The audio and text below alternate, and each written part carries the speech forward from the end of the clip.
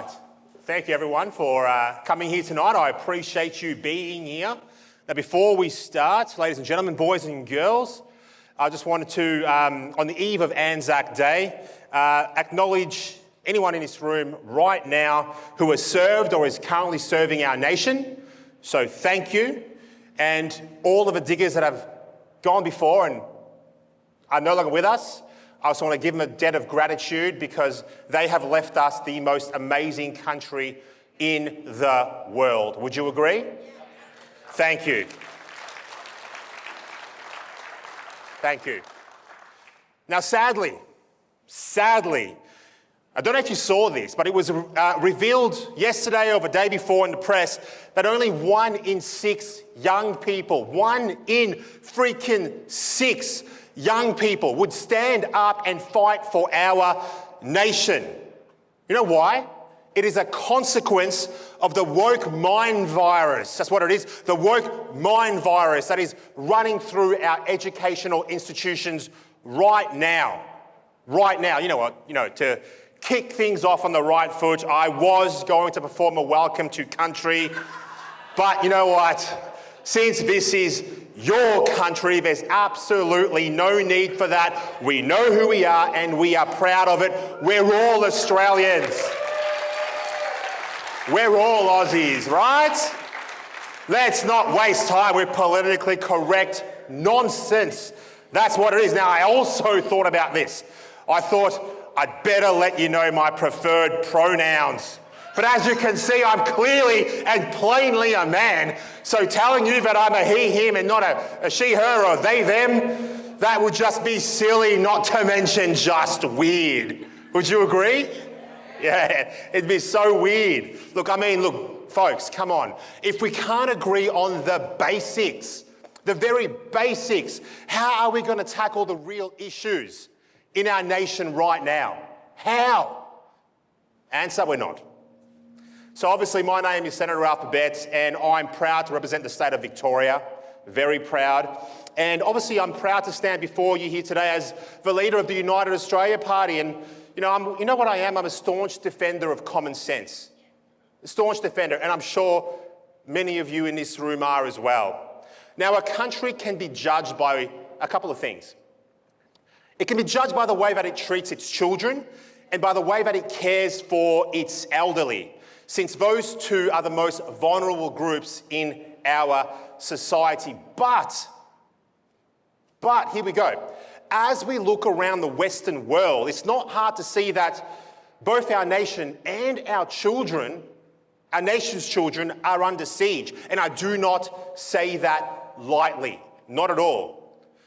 You see, I believe in protecting life from conception to natural death, okay? I oppose radical abortion laws, and I also oppose dangerous euthanasia regimes that devalue human life, because I believe that every life matters, and I will fight to protect the most vulnerable among us, obviously. I think you know that already. But in classrooms across our country, kids are being indoctrinated with radical gender theory and other things as well, which I'll get to. They're being confused. They're being sexualized. And you know what? They are also being taught to hate their own country. You know what I say? I say enough. What about you? You say enough? Thank you. Thank you. Look, the values that we hold dear, the values that have been passed down through generations are now being openly, out in the open, they're not even hiding it, attacked by radical ideologies that seek to manipulate and seek to confuse the minds of the youth in our country. Now, it's not just a political issue. It's actually a fight for the very soul of our nation. Right now, okay, think about this as I say these words.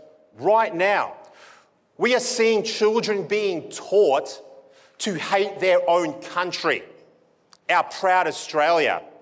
Instead of instilling into children a sense of pride in our history, in our culture, and the freedoms that we all get to enjoy, They are taught that Australia is a place of injustice, that Australia is a place of oppression.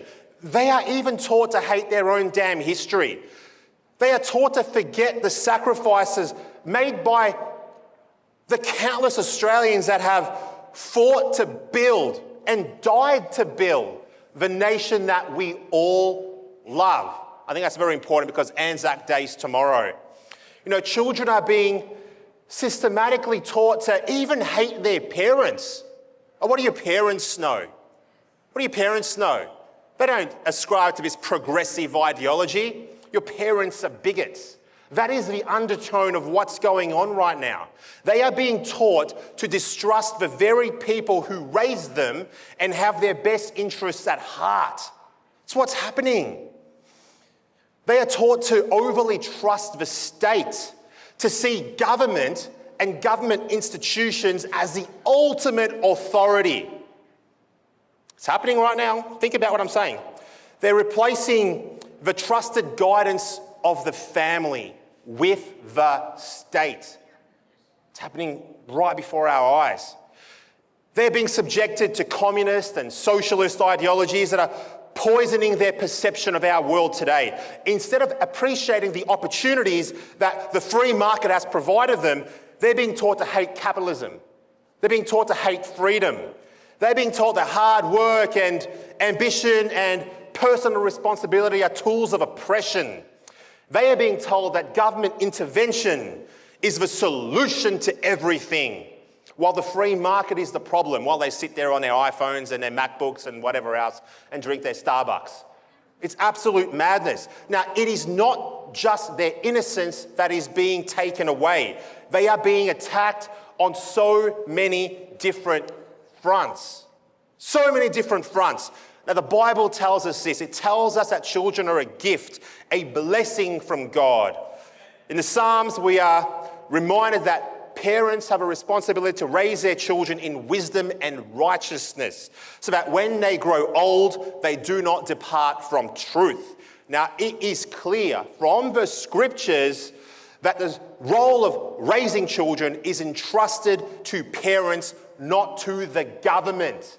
Not to the government, not to radical ideologues, but to the loving guidance of mums and dads.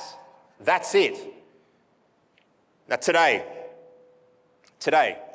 we're seeing an increasing number of voices demanding that the state step in to take control of a child's upbringing.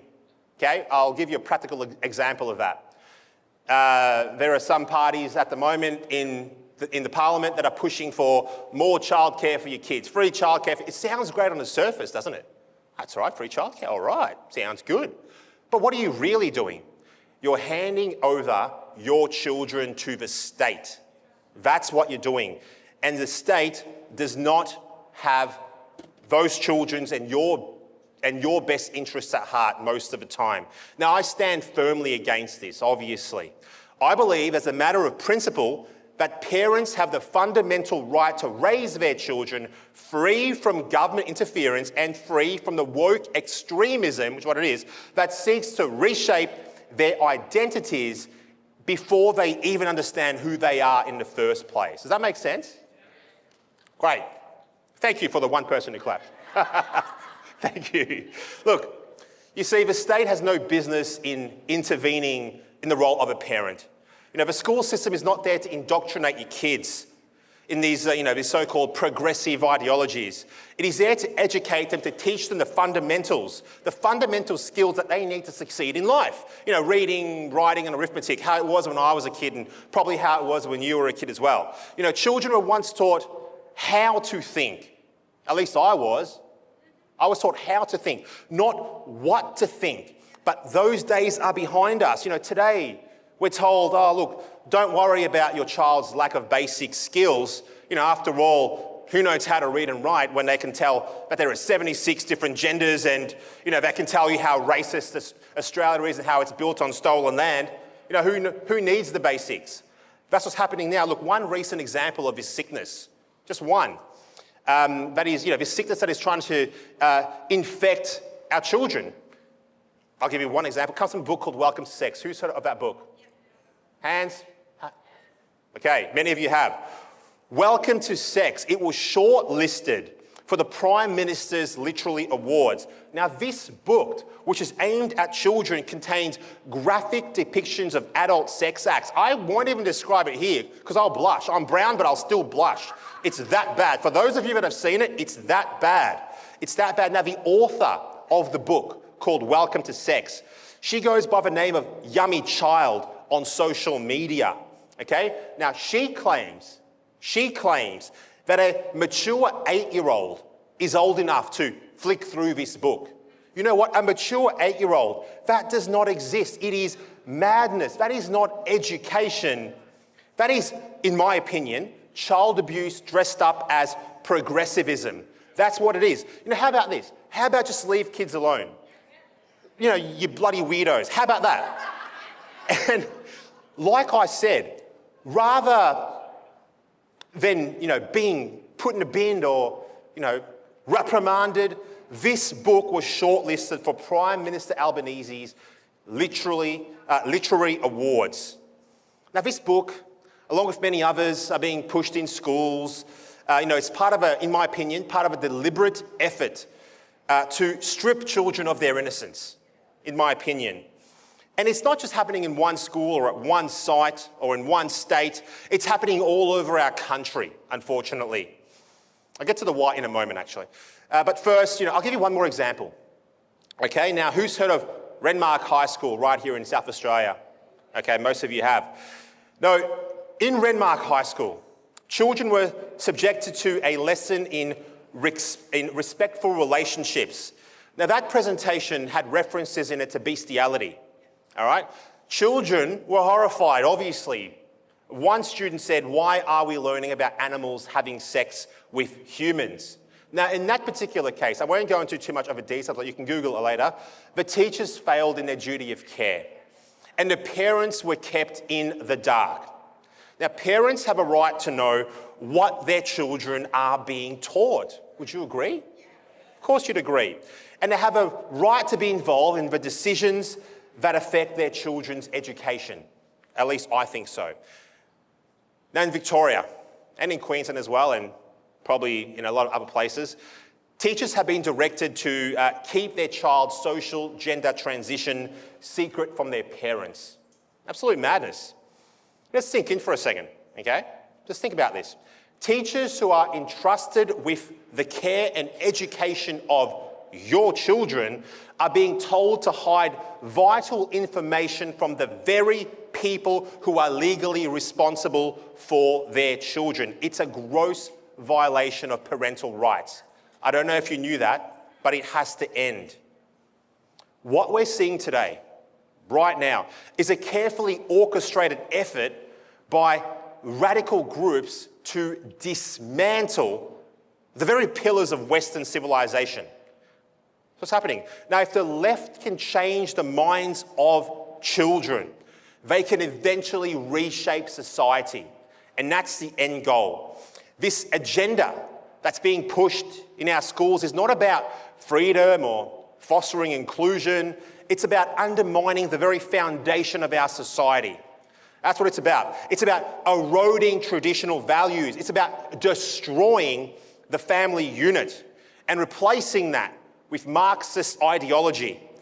And that Marxist ideology seeks to control every single aspect of all our lives. Now, recently in Canberra, I was very honoured to co-sponsor the Childhood Gender Transition Bill, Prohibition Bill, I should say. This bill is simple, super simple. All it seeks to do is restrict sex change medication and surgery for minors. That's it. Now, you would have thought that this was common sense. You would have thought that a child cannot consent to cutting off their bits, but in today's world, common sense is in very short supply. Now, we all know that a child who's, under 18 can't get a tattoo, can't drive a car, can't get a drink, can't have a smoke. So why is it acceptable that a child could undergo, radical medical procedures that could see them sterilised, disfigured, and emotionally damaged? Why is that acceptable? I don't think it is. But at the moment, it seems that's what our political leader are okay with, in my opinion. We've got to ask ourselves, okay, why are we allowing children to make decisions that can affect them for the rest of their lives, but we refuse to allow them to make decisions about something like a tattoo or something like this, okay?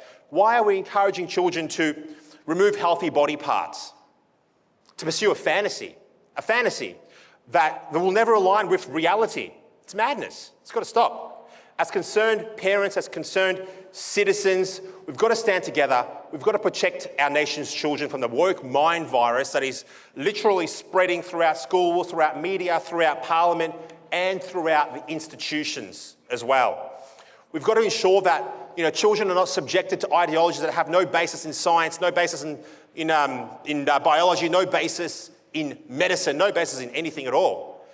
We have a shared responsibility, all of us in this room, and you've got to share this with your friends and family as well, a shared responsibility to protect this nation's children, to stand firm against those who would seek to indoctrinate them and to destroy their innocence. We must be a cure to this woke mind virus that seeks to infiltrate this nation's youth. But you know what? It's not all doom and gloom. There is good news as well. The world is very slowly changing. It's changing. More and more people are waking up to the left's radical agenda.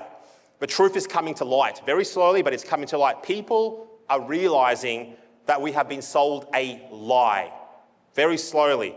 Parents, families, communities are rising up to protect their children, and together we are actually becoming a powerful force against forces that seek to manipulate them. However, obviously, we have to do more.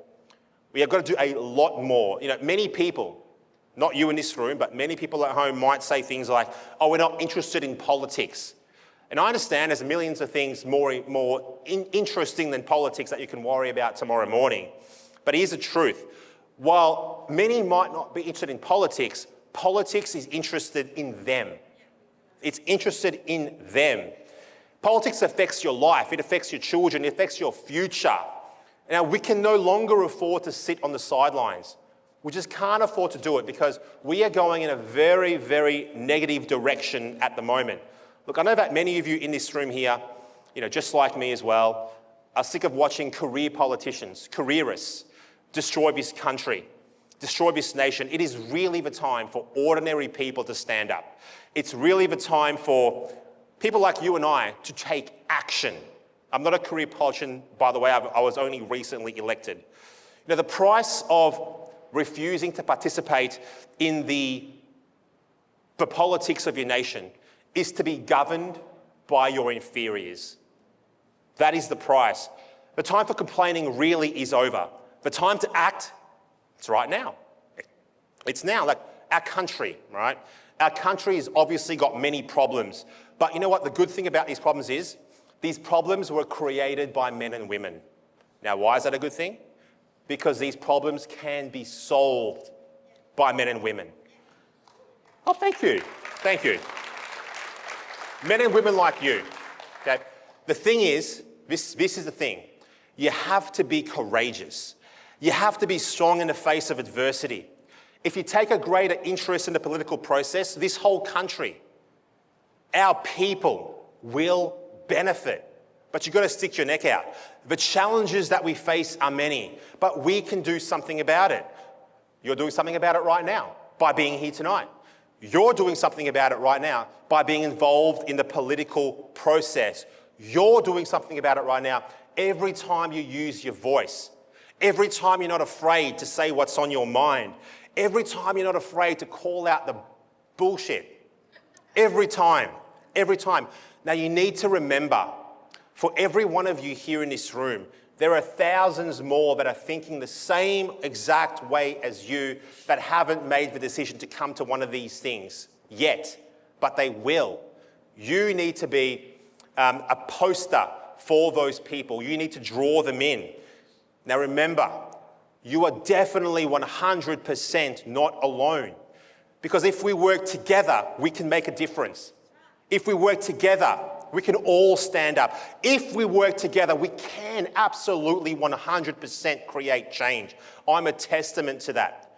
I'm a testament to that. I'm in the Senate right now, and 3 years ago I was just some guy on his couch at home, upset at the TV as to what the politicians were doing in Canberra. Now I am in Canberra. That can be you next time. Look, together we will absolutely make a better tomorrow. Together we can absolutely save Australia, and together we can 100% protect our nation's children and their innocence. Thank you, ladies and gents. Thank you. Thanks, Rob. Thank you. Awesome.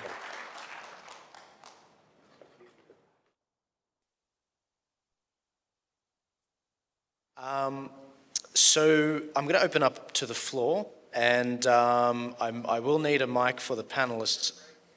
Sure, I guess I'll give these guys my mic, no worries. Do we have hands up, please? Does anyone? Yes, sir. We have a mic coming to you in 2 seconds.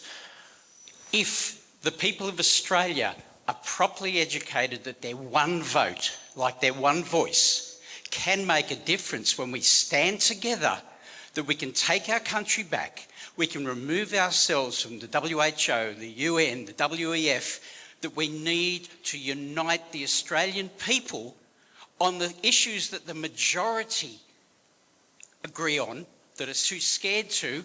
Is it possible to change this nation moving forward if we create a proper grassroots word-of-mouth campaign? Even over the next couple of weeks we can get to the whole country. If we all work hard enough, can we change the results of this election so that we get our country back and we can fight what's going on? Senator Babbitt. Thanks, mate. Look, you've made a very good statement there. It is very possible to change the direction of our nation for the better. Absolutely, of course it is. But what it comes down to is it comes down to ordinary, everyday, average, regular people taking an interest in the political process. Because at the moment, like I said in my speech previously, you're governed by, look, potentially, in my opinion anyway, you're governed by your inferiors. You're governed by mostly careerists, career politicians. What these career politicians do is they are more concerned about keeping their seat or keeping their influence or winning the next election rather than making the hard decisions that may not be popular right now but are the right decisions for the country overall. That's a huge problem. And the only way you fix that is by getting rid of the careerists. You only get rid of the careerists when you put your hand up and then you run for office next time. It's too late this time for most of you in this room, but we have an election every 3 years in this country. We are very blessed. So if you want to change the country, don't look at me. I'm not the guy to do it. Look in the mirror when you get home tonight. Look at yourself. Nothing will change until you make that decision to make that change. And it's not just, of course, putting your name on the ballot next time. That's a great first step. But also talking to your friends and family, striking up conversations with potentially strangers, talking about issues that are affecting our community, our country, and letting other people know that they're not alone. So the answer is you, it's not me. Very good. Where is our next question? Sorry, I'm following the mic.